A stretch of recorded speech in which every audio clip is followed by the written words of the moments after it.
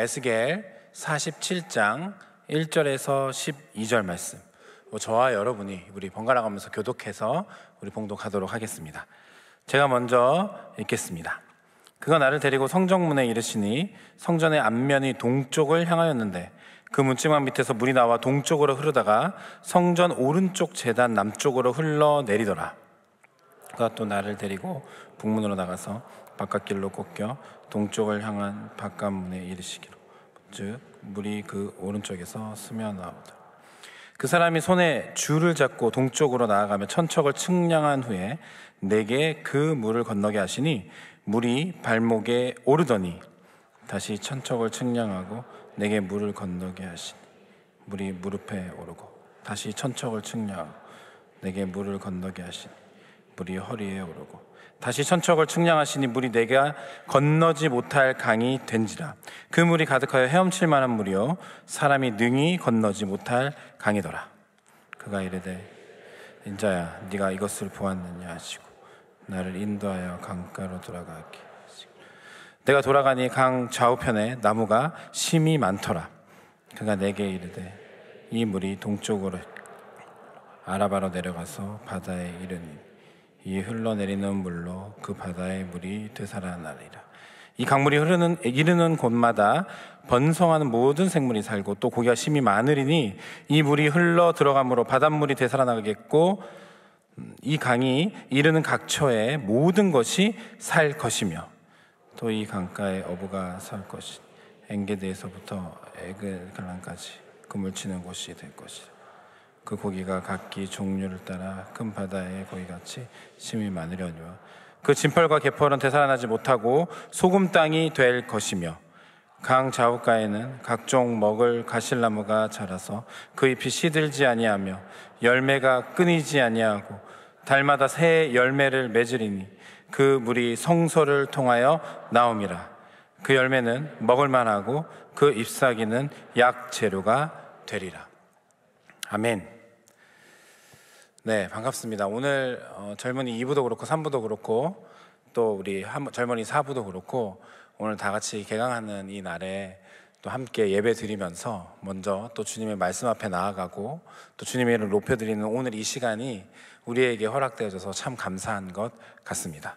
오늘 이 시간 하나님이 여러분에게 또 저에게 해주시는 말씀이 있으리라 생각합니다.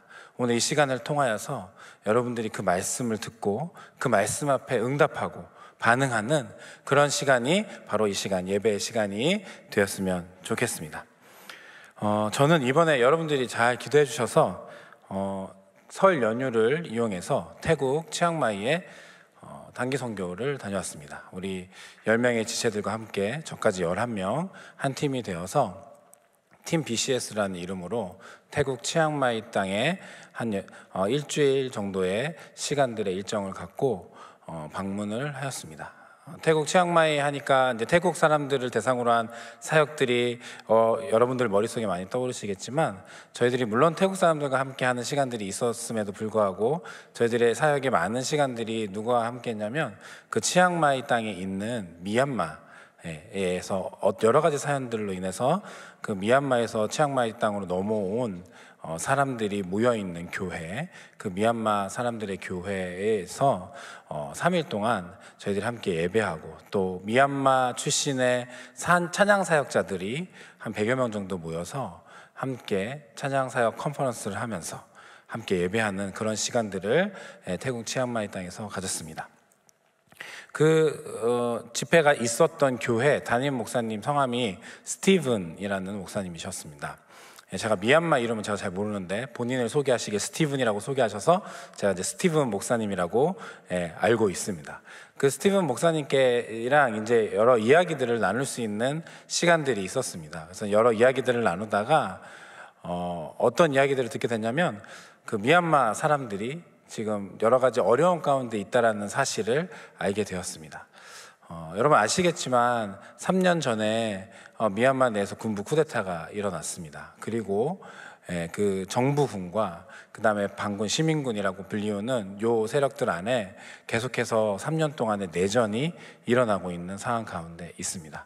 미얀마 백성들이 말도 못할 고통 가운데 있음에도 불구하고 이 사실이 세계에 잘 알려지지 않는 이유는 미얀마 그 군부 정권에서 여러 가지 방법을 동원해서 그 미얀마 밖으로 그 안에 내전들의 소식들이 전해지는 것을 차단하고 있기 때문입니다. 인터넷이든 무엇이든 그 모든 정보가 새 나가는 것을 다 차단하고 있습니다. 때로는 인터넷을 끊어버리기도 하고 또 아니면 그 인터넷을 어떻게 잘 이렇게 컨트롤할 수 있도록 시스템을 갖춰 놓기도 하고 전기를 끊어버리기도 하고 여러 가지 방법들을 다 동원해서 지금 현재 미얀마 안에서 어떤 일들이 자세하게 벌어지고 있는지 아는 사람들이 미얀마 밖에는 잘 없도록 그렇게 지금 미얀마 정권이 백성들을 탄압하고 있는 가운데 있습니다. 그래서 제가 그 스티븐 목사님을 통해서 들은 미얀마 안에 있었던 그 사람들에게 벌어지는 여러 일들에 대해서 너무나 충격적인 이야기들이 많이 있었습니다. 제가 자세한 이야기들을 오늘 이 자리에서 나눌 수는 없지만 자기 나라 정부 군인들인데 그 군인들이 그 미얀마 난민들이 모여있는 캠프에 공습을 가합니다. 아이들이 자라면 남자 아이들이 조금 어느 정도 자기 몸을 이렇게 분간할 수 있을 정도의 나이가 되면 초등생 정도의 나이가 되면 이 아이들은 정부군에 끌려가서 군인으로 총알바지가 되든지 아니면 시민군 반군에 의해서도 같이 끌려가서 그렇게 소년병으로 살아가게 되든지 여자아이들도 마찬가지입니다. 좀 자라면 그 아이들이 어디 쪽이든지 다 끌려가서 노예로 살아가게 되고 말도 못할 어려움들 속에서 지금 미얀마 사람들이 살아가고 있습니다. 그런 이제 미얀마의 가족들을 남겨두고 치앙마이 땅에 넘어와서 지금 살아가고 있는 사람들이 모여있는 교회이기 때문에 매주 한 주간이 지날 때마다 어떤 소식들이 들리냐면 오늘 우리 어머니가 우리 아버지가 우리 가족이 뭐 공습을 받았어. 어떤 일들이 있어가지고, 뭐 목숨을 잃으셨어. 막 이런 얘기들이 성도들 안에서 그냥 매 주일마다 일상처럼 이야기가 전해지는 것입니다. 가족들이 한순간에 다 이렇게 이별하게 되는 이런 일들이 있게 되는 거예요. 다시 미얀마 땅으로 돌아갈 수도 없어요. 그리고 또 그 태국 땅에서 살아가고 있는 미얀마 사람들의 상황이 그러면 좀 괜찮으냐 하면 그렇지 않습니다. 태국 사람들이 하지 않는 일들을 주로 담당해서 일하면서 살아가고 있습니다. 아주 정말 최소한의 생활비만 받아가면서 태국 사람들도 하지 않는 더러운 일들을 또한 좀 이렇게 하기 주저하는 일들을 하면서 그리고 태국 사람 내에서 그 미얀마 사람들은 특별히 이렇게 좀 낮은 계급에 있는 사람들처럼 하대를 받으면서 지금 미얀마 사람들이 그렇게 살아가고 있습니다. 그런 사람들이 매 주일마다 모여서 예배드리고 있는 거예요. 그런 사람들이 매 주일마다 모여서 기도하고 있다라는 소식을 제가 스티븐 목사님의 말씀을 통해서 듣게 되었습니다.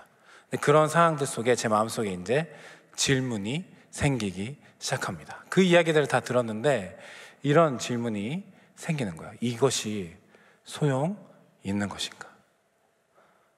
여기서 말하는 이것은 무엇이냐면 이들이 여기서 이렇게 예배하고 기도하고 저렇게 간절하게 주님을 구하고 있는데 아무 일도 일어나지 않는 것처럼 보이는 이 상황들 속에 그들의 이러한 행위들은 소용이 있는 것인가? 하나님은 그들의 아픔을 끝내실 수 있는 분이십니다. 하나님은 능력이 있으셔서 이 모든 상황을 단번에 다 뒤집어 엎으실 수 있는 그런 분이십니다. 여러분, 이 사실을 여러분 믿으십니까? 정말 믿으세요? 네, 그 사실을 다 믿으시죠? 저도 믿고 있습니다. 심정적으로는 믿고 있어요. 그런데 그런 능력의 하나님께서 지금도 살아계셔서 온 땅을 다스리고 계신다고 우리들이 철떡같이 믿고 있는 그 하나님이 그렇게 고통스러운 가운데서도 주님을 예배하고 기도하는 하나님의 백성들, 그 사람들의 예배와 기도는 왜 듣지 않으시는 것 같고 왜 응답하지 않으시는 것 같은가? 이게 진짜 소용이 있는 것인가? 우리가 믿는 하나님은 왜 이렇게 계시는 것인가? 제 안에 질문이 생기기 시작했습니다. 어제까지 저희 젊은이 공동체 내에서 내적 치유 세미나가 있었습니다. 내적 치유 세미나 정말 은혜 가운데 여러 가지 시간들을 갖고 또 거기에 한 100여 명의 사람들과 함께 이 시간들을 보내면서 하나님이 저에게 부어주시는 여러 가지 회복의 은혜들이 있었습니다. 그 중에 첫 시간이 뭐였냐면 퀘이커스 퀘스천이라고 퀘이커 교도들에게 새 가족이 왔을 때 그 새 가족을 알아가는 몇 가지 질문들이 있습니다. 그 질문들을 각 이제 테이블별로 서로 나누는 시간들이 있었습니다. 그 질문 중에 어떤 질문이 있냐면 당신의 인생 중에서 지금까지 인생 중에서 가장 슬펐던 때, 가장 추웠던 때가 언제입니까? 라고 하는 질문들이 있습니다. 근데 그 이야기들을 각자 다 나누는 거예요. 제가 한 조에 들어가서 그 이야기들을 들었습니다. 듣는데 이제 그 이야기들을 나누면서 이런 얘기들을 다 비슷하게 공통적으로 하는 거예요. 뭐냐면 하나님 이거는 들어주실 줄 알았다. 이거는 좀 개입하셔서 도와주실 줄 알았다. 그런데 그 순간에 아무 일도 일어나지 않더라. 내가 눈물 흘리며 간절하게 주님의 도움을 요청하는데 하나님이 그때는 그냥 내버려 두시는 것 같더라 라고 하는 이야기를 제가 지체들을 통해서 들을 수 있었습니다. 여러분, 오랫동안 여러분들 특히 매주마다 모여서 오늘 기도하시잖아요. 예배도 드리시고 금요성령 기도에 와서 우리 열심히 기도합니다. 순모임에 모여가지고 우리 말씀을 같이 나누고 하면서 서로 기도해주고 응원해주고 격려해줍니다. 우리가 여러 가지 훈련도 받습니다. 여러분, 그렇게 오랫동안에 이런 생활들을 해오는데 과연 여러분 삶에는 어떠한 일들이 일어나고 있습니까? 혹시 제가 갖고 있는 이 질문처럼 그런 고민들 갖고 계신 분 있지 않으십니까? 이게 소용이 있는 걸까? 이게 과연 내가 오늘 살아갈 힘을 허락해 주는 것일까? 하나님은 과연 이 예배를 받고 계시는 것일까? 하나님은 과연 이 기도를 듣고 계시는 것일까? 혹시 여러분 이 자리에 앉아있는 분들 중에 오랜 시간 같은 기도의 제목을 놓고 기도해오고 있으신 분 있지 않으십니까? 아니면 너무 오랜 시간 해서 그 기도하는 거 포기해버린 분들은 혹시 있지 않으십니까? 지금 너무 힘들어서 하나님 앞에 도움의 요청을 하는 기도를 올려드리고 있는데 하나님이 듣지 않으시는 것 같아 마음 답답해하고 계신 분은 이 자리에 있지 않으십니까? 여러분, 지금까지 인생의 길을 걸어오면서 여러분들이 경험한 하나님은 어떤 하나님이십니까? 모든 것을 끝낼 수 있고 정리하실 수 있고 세울 수 있고 회복하실 수 있는 그 놀라운 하나님을 여러분은 지금 경험하고 계십니까? 하나님이 과연 여러분의 삶을 통하여서 위대한 역사를 이루어가고 계심을 여러분은 경험하고 계십니까? 아니면 그렇지 않는 것처럼 그냥 하루하루 살아가고 계십니까? 오늘 우리가 읽은 본문의 배경이 되는, 그리고 이 본문을 기록한 에스겔의 상황 또한 마찬가지였습니다. 에스겔의 상황이 희망적이었고 아주 소망이 넘치는 그런 상황이 아닙니다. 에스겔은 어떠한 사람이냐? 바벨론의 느부갓네살 왕이 예루살렘을 첫 번째로 침공합니다. 그렇게 침공을 해서 온 도시를 황폐하로 만들고 첫 번째 정치 지도자들, 엘리트들 같은 고위층에 있는 사람들을 포로로 끌고 갑니다. 그게 1차 포로로 이렇게 끌고 가는 일들입니다. 이때 우리가 최근에 수요 예배 말씀을 통해서 들었던 다니엘 그리고 그 세 친구 같은 사람들이 바로 이 1차로 그 느부갓네살 왕이 예루살렘을 침공하고 끌고 갔던 포로 중에 한 사람들이었습니다. 그리고 두 번째 느부갓네살 왕의 예루살렘 침공이 있게 됩니다. 그렇게 해서 온 예루살렘 도성 안을 정말로 쑥대밭으로 만들어버립니다. 아직 성전은 세워져 있지만 모든 것을 다 쑥대밭으로 만들어버립니다. 그리고 또다시 포로를 끌고 갑니다. 그때 어떤 사람들이 주로 끌려갔냐면 종교 지도자들, 제사장들, 레위인들, 이런 사람들이 이제 느부갓네살 왕의 손에 이끌려서 포로로 바벨론 땅에 끌려가게 되는 것입니다. 이 2차 두 번째 침공 때 끌려갔던 포로 중에 누가 있었냐면 바로 에스겔이 있었습니다. 에스겔이 2차 포로로 끌려갈 때 어떤 마음이었을까요? 물론 굉장히 비참하고 처참한 마음이 있었을 것입니다. 그러나 아직 무너지지 않은 성전을 바라보면서 마음 한구석에 아마 소망을, 신락 같은 희망을 갖고 있었을지도 모르겠습니다. 그래, 지금은 우리가 포로로 끌려가지만 온 땅을 다스리시고 우리의 왕이신 하나님께서 이 모든 것을 회복시키실 것이다. 나는 조금 있으면 돌아갈 수 있어. 지금의 현 상황은 너무너무 처참하지만 혹시 마음속에 그러한 신락 같은 희망을 아마 품고 있었을 것 같습니다. 그런데 느부갓네살 왕의 침공이 여기서 끝나는 게 아니에요. 3차 주전 586년 그때에 느부갓네살 왕이 다시 한번 예루살렘을 침공합니다. 그나마 있었던 모든 것들 다 쑥대밭으로 만들어버립니다. 그리고 이때 예루살렘 성전 또한 무너지게 됩니다.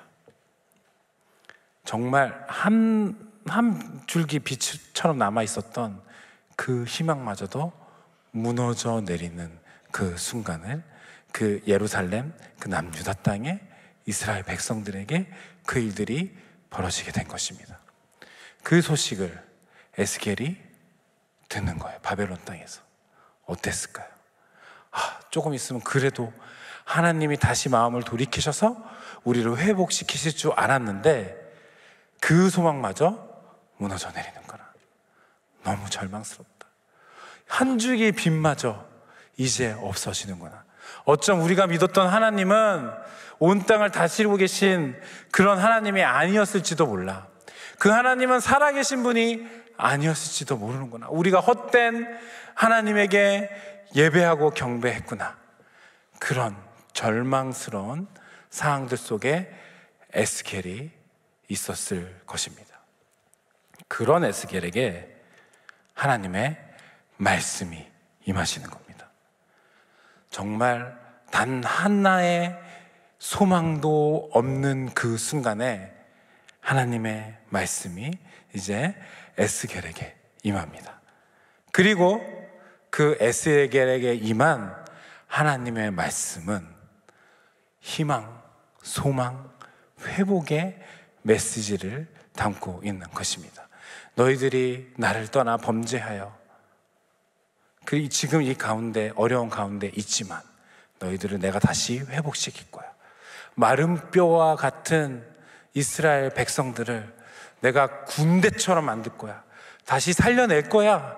그리고 지금 무너져 있는 그 성전이 다시 회복될 거야. 하나님이 환상으로 에스겔에게 그런 놀라운 것들을 보여주시면서 여기저기 데리고 다니시면서 성전 이렇게 될 거야, 저렇게 보일 거야 라고 보여주시기 시작합니다. 그리고 그 회복의 이야기의 하이라이트, 바로 오늘 우리가 읽은 본문의 이야기인 것입니다. 오늘의 이 본문의 전체적인 이야기는 그렇습니다. 성전에서 물이 흘러나와요. 그런데 그 물이 거대한, 능히 건널 수 없는 거대한 강을 이루게 됩니다. 그리고 거기서 끝나는 것이 아니라 그것이 이제 이스라엘 각 땅으로 흘러가기 시작합니다.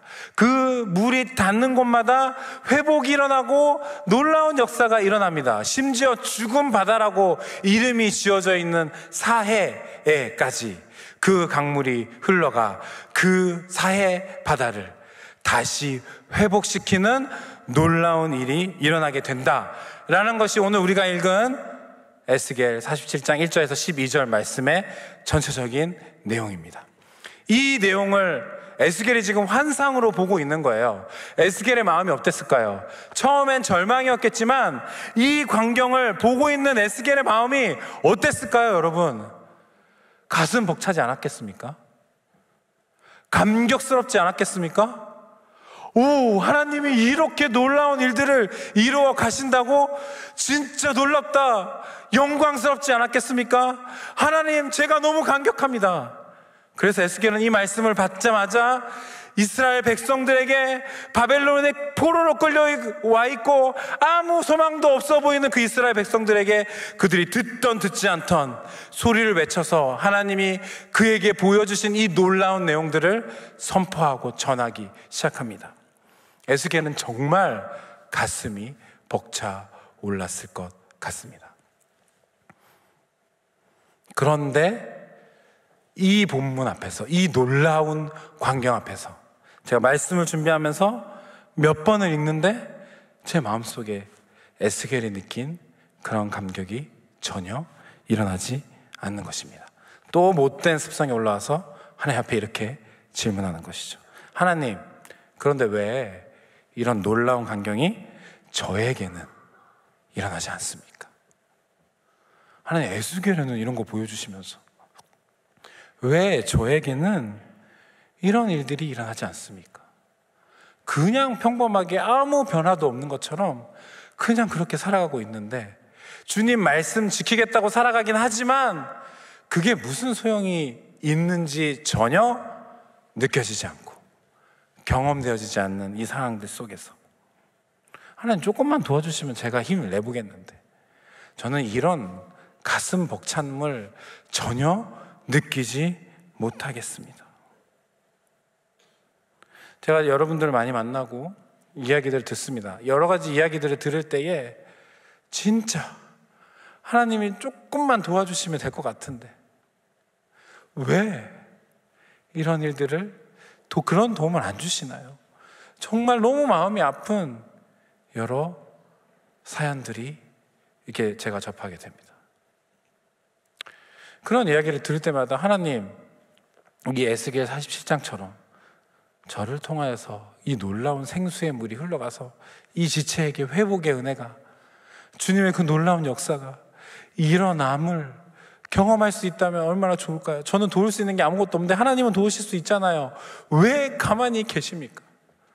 왜 에스겔에게는 이런 놀라운 광경을 보여주시면서 하나님은 왜 가만히 계십니까? 이게 과연 지금 오늘 우리 살아가고 있는 우리에게 적용이 될 수 있는 말씀입니까? 좀만 도와주시면 안 되나요?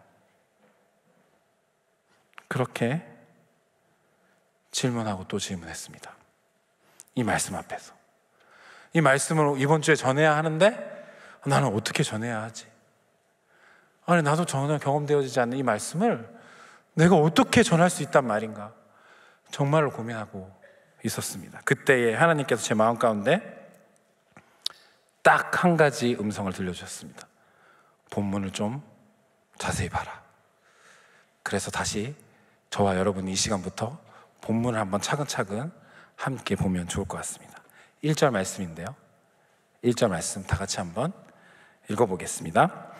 그가 나를 데리고 성정문에 이르시는 성전의 앞면이 동쪽을 향하였는데 그는 문지방 밑에서 물이 나와 동쪽으로 흐르다가 성전 오른쪽 제단 남쪽으로 흘러내리더라. 여러분, 이 많은 것을 되살리는 이 시작점이 되는, 이 물의 시작점이 되는 곳이 어디입니까? 성전입니다. 이 물이 어디에서 지금 시작하고 있습니까? 성전입니다.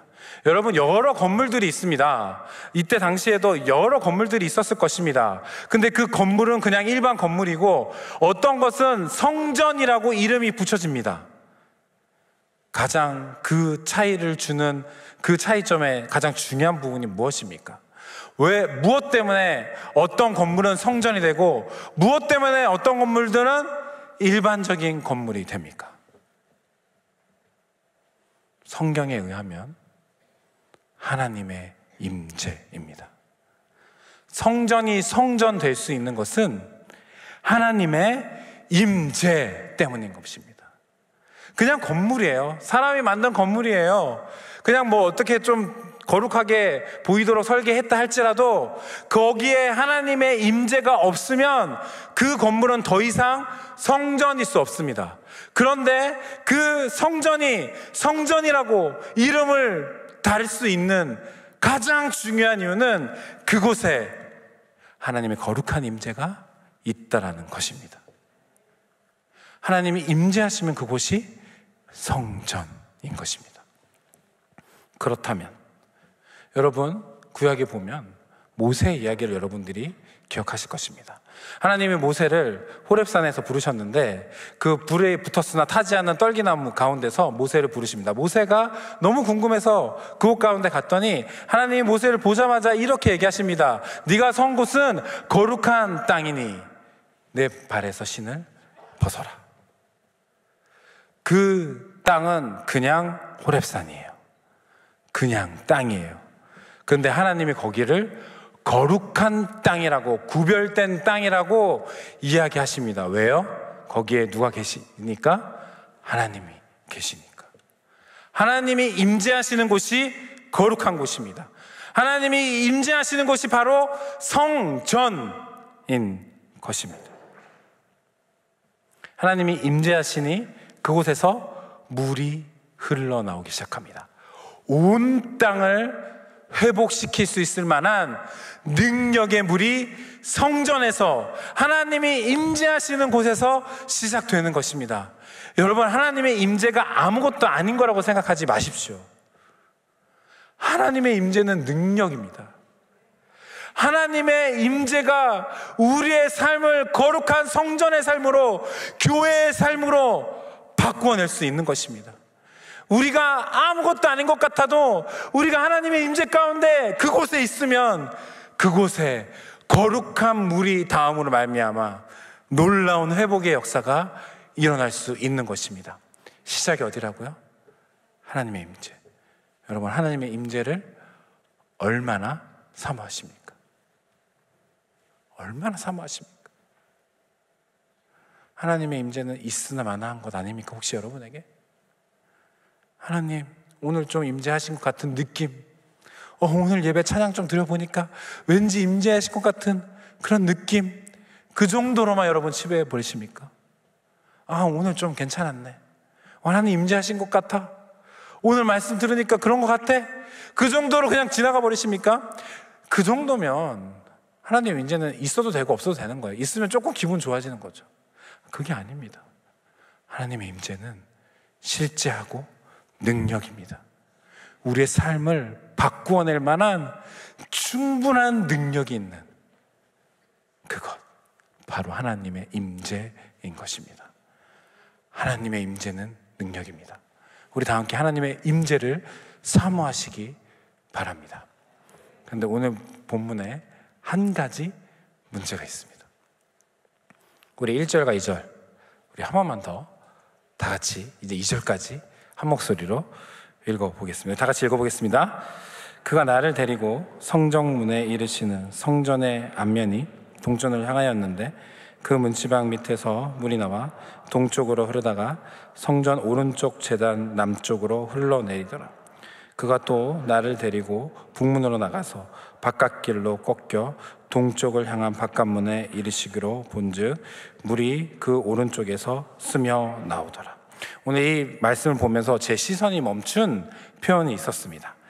뭐냐면 문지방 밑에서 물이 나와, 이거예요. 문지방 밑에서 물이 나와. 그리고 또 하나 더 있어요. 뭐냐면 그 오른쪽에서 스며 나오더라. 문지방 밑에서 물이 졸졸졸 나오는 겁니다. 그리고 오른쪽에서 스며 나오는 거죠. 성전 오른쪽에서. 자, 여기서 발견할 수 있는 공통점이 하나 있어요. 이 표현은 다 뭘 얘기해주고 있냐면 물의 양이 적다 많다? 적다라는 겁니다. 작아요. 하나님이 임재하셔서 물은 시작되는데 그 물이 작은 거예요. 여러분, 성경에 보면 하나님께서 임재하시는 장소가 구약에서는 성전이었어요. 건물이었어요. 언약궤 위에 하나님이 임재하셨거든요. 그런데 이 구약의 후반부 그리고 신약으로 넘어가면서 하나님이 이제 우리 하나님의 백성들에게, 하나님의 자녀들에게 직접 임재하시기 시작합니다. 볼지어다 내가 문 밖에 서서 문을 두드리노니 누구든지 내 음성을 듣고 그 문을 열면 내가 그에게로 들어가 그로 더불어 먹고 그는 나로 더불어 먹으리라. 예수님 직접 임재하신다고 합니다. 너희가 하나님의 성전인 것과 하나님의 성령이 너희 안에 계시는 것을 너희들이 알지 못하느냐. 내가 그리스도와 함께 십자가에 못 박혔나니 그런즉 이제 내가 사는 것이 아니요 내 안에 그리스도께서 사시는 것이라. 여러분이 믿던 믿지 않던 우리 안에 그 주님이 임재해 계십니다. 우리가 성전인 거예요.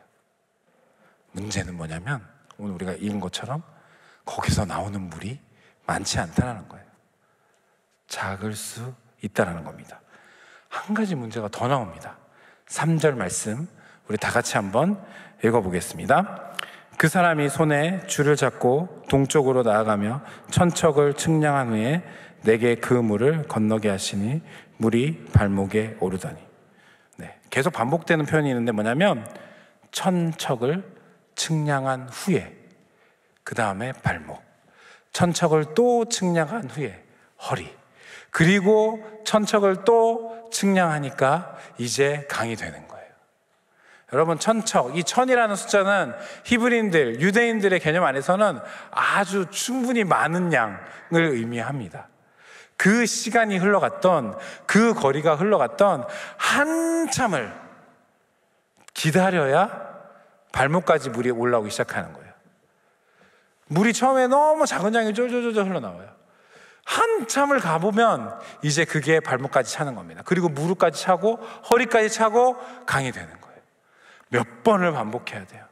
한참을 기다려야 하는 거예요. 그러니 그것이 우리 눈에 잘 안 보이는 거예요. 제가 오늘 말씀을 시작해보면서 했던 질문 있지 않습니까? 이곳이 무슨 소용입니까? 하나님은 내 삶 가운데 오늘 에스겔에게 보여주셨던 그 위대한 회복의 역사를 왜 일으켜 주시지 않습니까? 지금 우리가 보는 것은 무엇이냐면 졸졸졸졸 새어나오는 작은 물이기 때문에 그렇습니다. 그냥 스며서 보이는 그 정도의 물이기 때문에 그렇습니다. 우리는 지금 천척을 측량하는 시간을 저와 여러분이 함께 지나고 있습니다. 그래서 잘 느껴지지 않아요. 때로는 힘들어요. 한참 기다려야 돼요. 언제 하나님? 언제요? 언제 도대체 주님 그 위대한 역사를 이루어 주실 것입니까? 계속 기다려야 되는 거예요. 그러니 우리의 마음이 답답한 것입니다. 제가 오늘 말씀 보면서 처음부터 좀 하나님 확 나오면 안 됩니까? 물이? 우리가 예수님 믿는 순간 우리를 통하여서 하나님이 놀라운 일들을 이루어 가시는 게 날마다 기적과 같은 그 놀라운 일들이 경험되어지면 얼마나 좋을까요? 그렇게 안 되는 거예요. 계속 기다려야 돼요. 기다려야 합니다. 지금 저와 여러분은 그 시간을 지나고 있는 것입니다. 그것이 언제 천척을 측량하는 일들이 완료될지 몰라요. 하지만 우리는 그 시간을 기다리고 있습니다. 그때에 우리에게 필요한 게 있어요. 그것이 무엇이냐면 바로 믿음입니다. 어떤 믿음이냐면 나에게 하나님이 임재해 계신다. 나로부터 온 세상을 회복시키는 위대한 그 생수가 흘러나가고 있다. 하나님은 나를 사용하셔서 온 땅을 회복시킬 것이다. 이것을 믿어야 하는 것입니다. 너무 먼 이야기 같아 보이시나요, 여러분? 언제 천척? 도대체 언제 기다리라고? 아니요. 그래서 보여주신 거예요. 이건 반드시 이루어진다. 언제 이루어질지 모르지만 반드시 이루어진다. 그것을 믿음으로 오늘 하루를 살아가는 것입니다. 여러분, 오늘 개강했습니다. 우리 매주마다 예배드려요. 금요일마다 모여서 그 남들은 불금이라고 하는 그 황금 같은 시간에 모여서 열심히 기도합니다. 여러분 이제 매주 순모임, 다락모임 할 거예요. 그렇게 진행합니다. 아무 일도 여러분 삶에 일어나지 않는 것 같아 보인다 할지라도 믿으십시오. 그런 모든 시간들을 통하여, 우리를 통하여 하나님의 생수의 강물이 흘러나가기 시작하는 것입니다.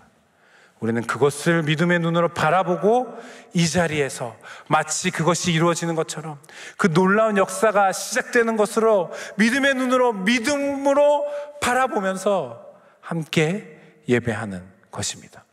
내 삶에 아무 일들이 일어나지 않은 것 같아 보여도 믿음으로 여기서 뛰면서 나는 자유해, 나는 춤추네, 이렇게 선포하면서 찬양할 수 있습니다.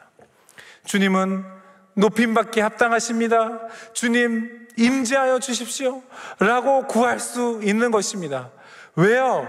우리는 이 사실을 믿는 자들이기 때문입니다. 여러분, 우리 함께 모여서 예배하지 않으시겠습니까? 주님의 임재를 사모하면서. 여러분, 아무 일들이 일어나지 않는 것 같다 할지라도 금요일에 모여서 같이 기도하지 않으시겠습니까? 여러분, 순모임 이거 도대체 왜 하냐? 라고 질문하시는 분들이 있으십니까? 아닙니다. 그 시간들을 통하여서, 여러분의 다락모임, 그 시간들을 통하여서 우리를 통하여 생수의 강물이 이 땅 가운데 흘러가기 시작하는 것입니다. 그 강물은 온 세상을 회복시킬 수 있을 만한 놀라운 능력의 강물입니다. 하나님이 그것을 우리를 통해서 사용하실 것입니다. 성령의 감동으로, 선한 영향력으로, 성령의 감동으로, 선한 영향력으로, 우리에게 성령의 감동으로 말미암아 시작된 그 생수의 강물이 선한 영향으로 온 세상 가운데 흘러가게 될 것입니다. 함께 모입시다. 함께 예배합시다. 함께 기도합시다. 그리고 흩어집시다.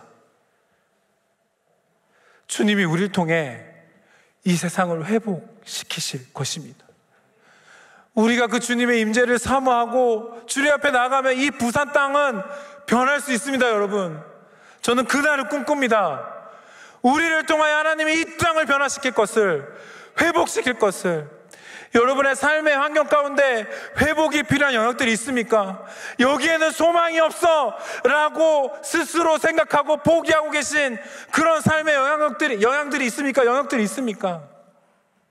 아닙니다. 여러분, 여러분을 통해서 그곳을 회복시키실 것입니다. 믿으십시오. 성령의 감동으로, 선한 영향력으로 오늘도 승리의 삶을 살아가시는 저와 여러분이 되시길 주님의 이름으로 축복합니다. 다 함께 기도하겠습니다.